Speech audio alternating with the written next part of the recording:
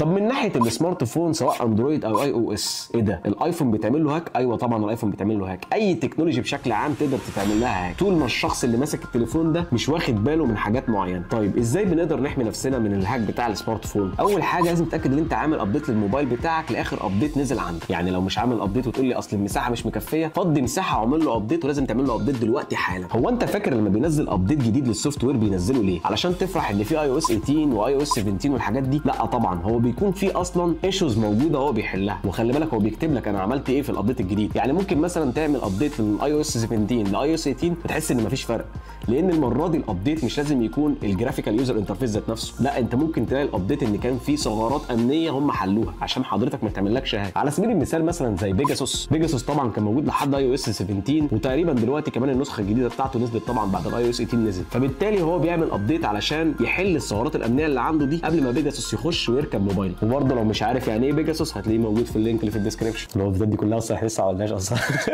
انت معاك شغال صح؟ ايه؟ معاك شغال. بس انا معايا التابلت والبتاع الميموري والهارد ناسي عند بنز، واصلا طلع الهارد فيروس او بايظ في حاجه غير، فانا الوحيد اللي مش بتعامل بموضوع ان انا احط داتا على الاكسترنال هارد ده. وطبعا اكيد ما تعملش روت لموبايلك ولا تعمل جيلي بريك للايفون بتاعك. وتاكد من الاس ام اس مسج اللي بتجيلك واقراها كويس، لان طبعا في مسجات بتبقى منتشره جدا وتلاقيها موجوده اول يومين دول. تلاقي واحد 010 بيكلمك وبعت لك رساله يقول لك ايه، عايزين نحدث البيانات اللي موجوده على البنك الاهلي بتاعي. والله العظيم يعني 010 وانت بقى على طول تقوم قايم خايف ومتوتر وتكلم البنك عايز احدث بياناتي، وتكلم الراجل بتاع 010 ده. يا حبيبي طب ما تبص للرساله، هو في بنك هيكلمك من 010؟ يعني انت لو قريت الرساله الموضوع خلاص خلص. تم الايقاف بتاعك. والله مش فاهم انا، فاهم تم الايقاف بتاعك. او روح الحق الذهب اللي شفناه مش عارف في اسوان، والناس بتصدق المشكله والله. يعني انت لو قريت المسج هتعرف ان كده كده وفكرت ثانيه بعقلك، مش لازم تكون فاهم في المجال، هتعرف ان كده كده الراجل ده نصاب يا اما هاكر. هو والله بيستغل اصلا عقلك البشري، يعني هو اصلا ممكن يكون مش دارس يعني ايه هاكينج ولا عارف يعني ايه اصلا كمبيوتر، بس هو بيضحك عليك. فلو البنك هيبعت لك او اي شركه هتكلمك من الرقم الهوت لاين بتاعها، اكيد مش هتكلمك من 010 يعني او 011. الله ادالك عقل، الله ميزك يا.